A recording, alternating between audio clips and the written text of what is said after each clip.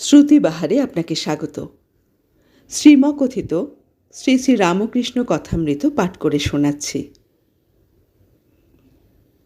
শ্রী রামকৃষ্ণের জন্মোৎসব 11ই মার্চ 1883 খ্রিস্টাব্দ। কীর্তন ও কথামৃত। কালীবাড়িতে আজ শ্রীরামকৃষ্ণের জন্মোৎসব। ফাল্গুন শুক্লা দ্বিতীয়া তিথি, রবিবার 11ই মার্চ। আজ ঠাকুরের অন্তরঙ্গ ভক্তগণ সাক্ষাৎ তাঁকে নিয়ে জন্মোৎসব করবেন। প্রভাতে ভক্ত সঙ্গে। সকাল থেকে ভক্তেরা একে একে আসছেন। সামনে মা ভবতারিণীর মন্দির। মঙ্গল আরতির পরই প্রভাতের আগে নহবতখানায় মধুর তানে রসঞ্চকি বাজছে। একে বসন্তকাল, প্রকৃতি নতুন পোশাকে সেজেছে। তাতে ভক্ত হৃদয় ঠাকুরের জন্মদিন স্মরণ করে আনন্দে নাচছে। চারদিক খুশির হাওয়া। ভবনাথ, রাখাল, ভবনাথের বন্ধু কালীকৃষ্ণ সবাই উপস্থিত। তখন খুব সকাল। ঠাকুর এদের সঙ্গে পূর্ব দিকের বারান্দায় বসে সহাস্যে আলাপ করছেন। মাস্টার পৌঁছে ঠাকুরকে ভূমিষ্ঠ হয়ে প্রণাম করলেন। শ্রী রামকৃষ্ণ মাস্টারের প্রতি বলছেন, তুমি এসেছ? ভক্তদের উদ্দেশ্যে বলছেন, লজ্জা, ঘৃণা, ভয় তিন থাকতে নয়। আজ কত আনন্দ হবে, কিন্তু যে শালারা হরিনামে মত্ত হয়ে নাচ গান করতে পারবে না, তাদের কোনো কালে হবে না। ঈশ্বরের কথায় লজ্জা কি, ভয় কি? নে, এখন তোরা গা। ভবনাথ ও কালীকৃষ্ণ গান গাইছেন। ধন্য ধন্য আজি দিন আনন্দকারী, সবে মিলে তব সত্য ধর্ম ভারতে প্রচারী। ঠাকুর বদ্ধাঞ্জলি হয়ে এক মনে গান শুনছেন। গান শুনতে শুনতে মন একেবারে ভাবরাজ্যে চলে গিয়েছে। ঠাকুরের মন শুষ্ক দেশলাই, একবার ঘষলেই উদ্দীপন। প্রাকৃত লোকের মন ভিজে দেশলাইয়ের মতো, যত ঘষো জ্বলে না, কেননা মন বিষয়াসক্ত। ঠাকুর অনেকক্ষণ ধ্যানে নিমগ্ন। কিছুক্ষণ পরে কালীকৃষ্ণ ভবনাথের কানে কানে কি বললেন। কালীকৃষ্ণ ঠাকুরকে প্রণাম করে গাত্রোত্থান করলেন। ঠাকুর বিস্ময়াবিষ্ট হয়ে জিজ্ঞাসা করলেন, কোথায় যাবে? ভবনাথ বললেন, আগে একটু দরকার আছে, তাই যাবে। ঠাকুর বলছেন, কি দরকার? ভবনাথ বলছেন, আগে ও শ্রমজীবীদের শিক্ষালয়ে যাবে। শ্রীরামকৃষ্ণ বলছেন, ওর কপালে নেই। আজ হরিনামে কত আনন্দ হবে, দেখো তো, ওর কপালে নেই। জন্মোৎসবে ভক্ত সঙ্গে, সন্ন্যাসীর কঠিন নিয়ম। বেলা প্রায় 8:30 বা 9টা। ঠাকুর আজ অবগাহন করে গঙ্গায় স্নান করলেন না। শরীর তত ভালো নয়। তার স্নানের জল পূর্বোক্ত বারান্দায় কলসি করে আনা হলো। ঠাকুর স্নান করছেন। ভক্তেরা স্নান করিয়ে দিল। ঠাকুর স্নান করতে করতে বললেন, 1 ঘটি জল আলাদা করে রেখে দে। শেষে ওই ঘটির জল মাথায় দিলেন। ঠাকুর শ্রীরামকৃষ্ণ আজ বড় সাবধান, 1 ঘটি জলের বেশি মাথায় দিলেন না। স্নানান্তে মধুর কণ্ঠে ভগবানের নাম করছেন। শুদ্ধ বস্ত্র পরে 2-1টি ভক্ত সঙ্গে দক্ষিণাস্য হয়ে কালীবাড়ির পাকা উঠানের মধ্য দিয়ে মা কালীর মন্দিরের দিকে যাচ্ছেন। মুখে অবিরত নাম উচ্চারণ করছেন। দৃষ্টি ফেলফেলে। ডিমে যখন তা দেয়, পাখির দৃষ্টি যেরকম হয়। মা কালীর মন্দিরে গিয়ে প্রণাম ও পূজা করলেন। পূজার নিয়ম নেই। গন্ধপুষ্প কখনো মায়ের চরণে দিচ্ছেন, কখনো বা নিজের মাথায়। অবশেষে মায়ের নির্মাল্য মাথায় ধারণ করে ভবনাথকে বললেন, ডাব নে রে, মা কালীর প্রসাদী ডাব। আবার পাকা উঠানের পথ দিয়ে নিজের ঘরের দিকে আসছেন।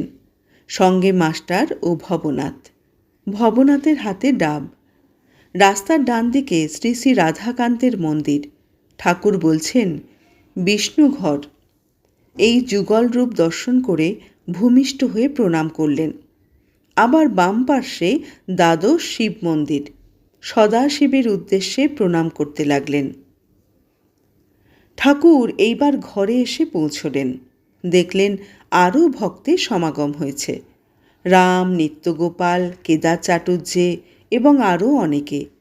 সকলে তাকে ভূমিষ্ঠ হয়ে প্রণাম করলেন। ঠাকুরও তাদের কুশল প্রশ্ন করলেন। ঠাকুর নিত্যগোপালকে দেখে বলছেন, তুই কিছু খাবি?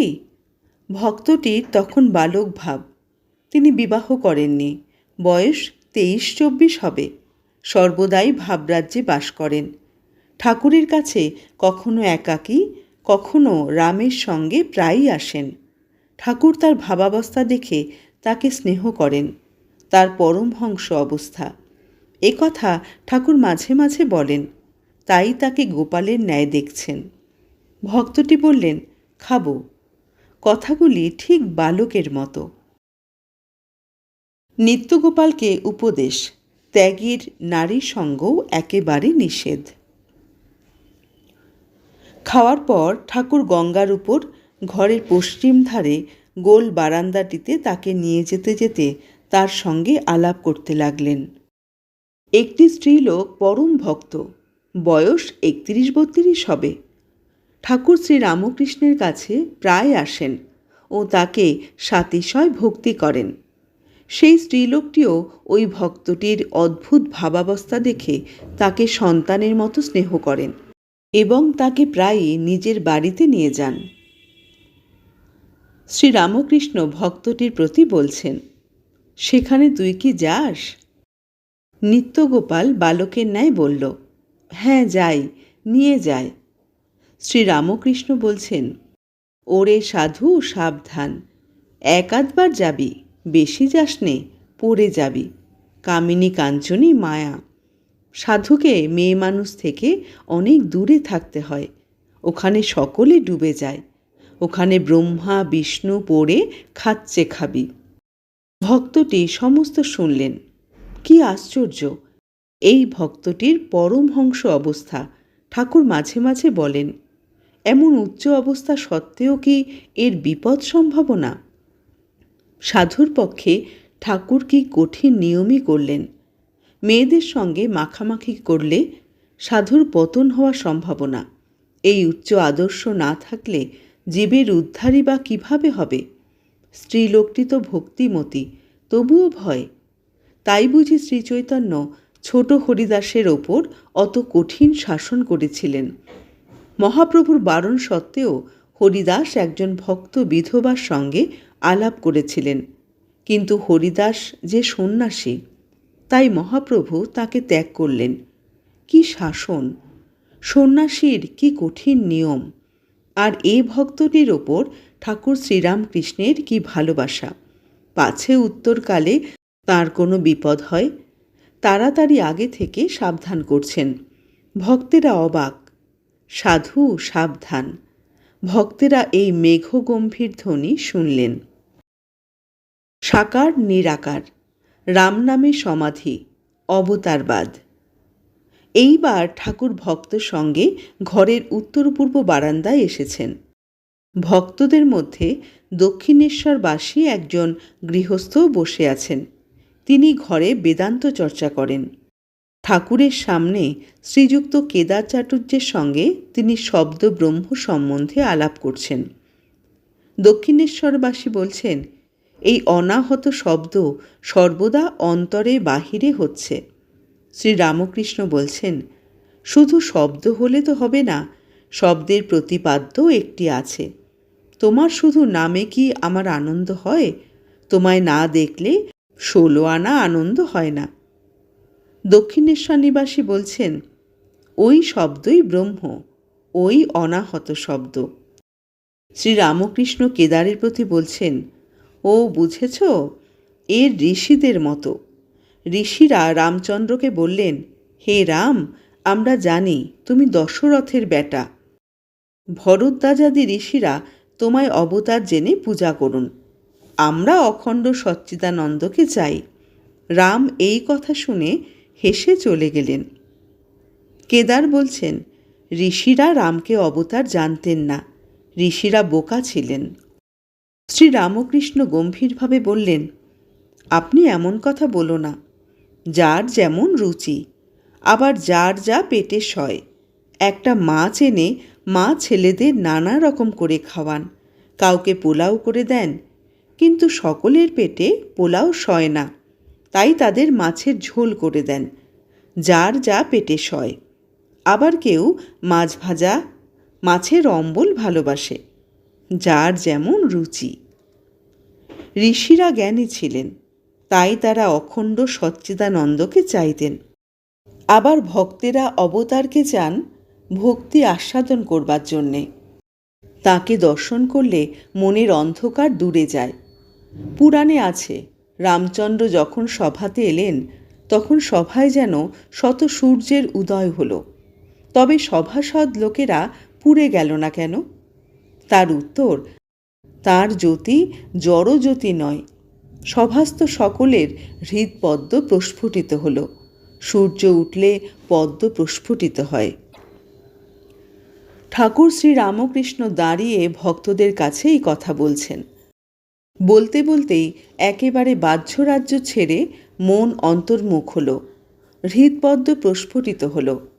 এই কথাটি উচ্চারণ করতে না করতে ঠাকুর একেবারে সমাধিস্থ। ঠাকুর সমাধি মন্দিরে ভগবান দর্শন করে শ্রীরামকৃষ্ণের হৃদপদ্ম কি প্রস্ফুটিত হল? সেই একভাবে দণ্ডায়মান, কিন্তু বাহ্যশূন্য, চিত্রার্পিতের মতো, শ্রীমুখ উজ্জ্বল ও সহাস্য। ভক্তেরা কেউ দাঁড়িয়ে কেউ বসে অবাক এক দৃষ্টে এই অদ্ভুত প্রেমরাজ্যের ছবি, এই অদৃষ্টপূর্ব সমাধি চিত্র দর্শন করছেন। অনেকক্ষণ পরে সমাধি ভঙ্গ হল। ঠাকুর দীর্ঘ নিঃশ্বাস ফেলে রাম নাম বারবার উচ্চারণ করতে লাগলেন। নামের বর্ণে বর্ণে যেন অমৃত ঝরছে। ঠাকুর এবার বসলেন। ভক্তেরা চতুর্দিকে বসে এক দৃষ্টে দেখছেন। শ্রীরামকৃষ্ণ ভক্তদের প্রতি বলছেন, অবতার যখন আসে সাধারণ লোকে জানতে পারে না, গোপনে আসে। 2-4 জন অন্তরঙ্গ ভক্ত জানতে পারে। রাম পূর্ণ ব্রহ্ম, পূর্ণ অবতার, একথা 12 জন ঋষি কেবল জানত। অন্যান্য ঋষিরা বলেছিল, হে রাম, আমরা তোমাকে দশরথের বেটা বলে জানি। অখণ্ড সচ্চিদানন্দকে কি সকলে ধরতে পারে? কিন্তু নিত্যে উঠে যে বিলাসের জন্যে লীলায় থাকে তারই পাকা ভক্তি। বিলাতে কুইনকে দেখে এলে তখন কুইনের কথা, কুইনের কার্য এসব বর্ণনা করা চলতে পারে। কুইনের কথা তখন বলা ঠিক ঠিক হয়। ভরদ্বাজাদি ঋষি রামকে স্তব করেছিলেন আর বলেছিলেন, হে রাম, তুমি সেই অখণ্ড সচ্চিদানন্দ, তুমি আমাদের কাছে মানুষ রূপে অবতীর্ণ হয়েছ। বস্তুত তুমি তোমার মায়া আশ্রয় করেছ বলে তোমাকে মানুষের মতো দেখাচ্ছে। ভরদ্বাজাদি ঋষি রামের পরম ভক্ত, তাদের ভক্তি পাকা ভক্তি। কীর্তনানন্দে ও সমাধি মন্দিরে ভক্তেরা এই অবতার তত্ত্ব অবাক হয়ে শুনছেন। কেউ কেউ ভাবছেন, কি আশ্চর্য, বেদোক্ত অখণ্ড সচ্চিদানন্দ, যাকে বেদে বাক্যমনের অতীত বলা হয়েছে, সেই পুরুষ আমাদের সামনে 14 পোয়া মানুষ হয়ে আসেন। ঠাকুর শ্রী রামকৃষ্ণ যে কালে বলছেন সেকালে অবশ্য হবে। যদি তা না হতো তাহলে রাম রাম করে এই মহাপুরুষের কেন সমাধি হবে? নিশ্চয়ই ইনি হৃদপদ্মে রামরূপ দর্শন করছিলেন। দেখতে দেখতে কোন্নগর থেকে মনমোহন, নবাই ও অন্যান্য ভক্তেরা খোল করতাল নিয়ে সংকীর্তন করতে করতে বাগানে এসে উপস্থিত হলেন। তারা ঠাকুরের কাছে সেই উত্তর পূর্ব বারান্দায় উপস্থিত হতেই শ্রীরামকৃষ্ণ প্রেমোন্মত্ত হয়ে তাদের সঙ্গে সংকীর্তন করছেন। নৃত্যের মাঝে মাঝে সমাধি।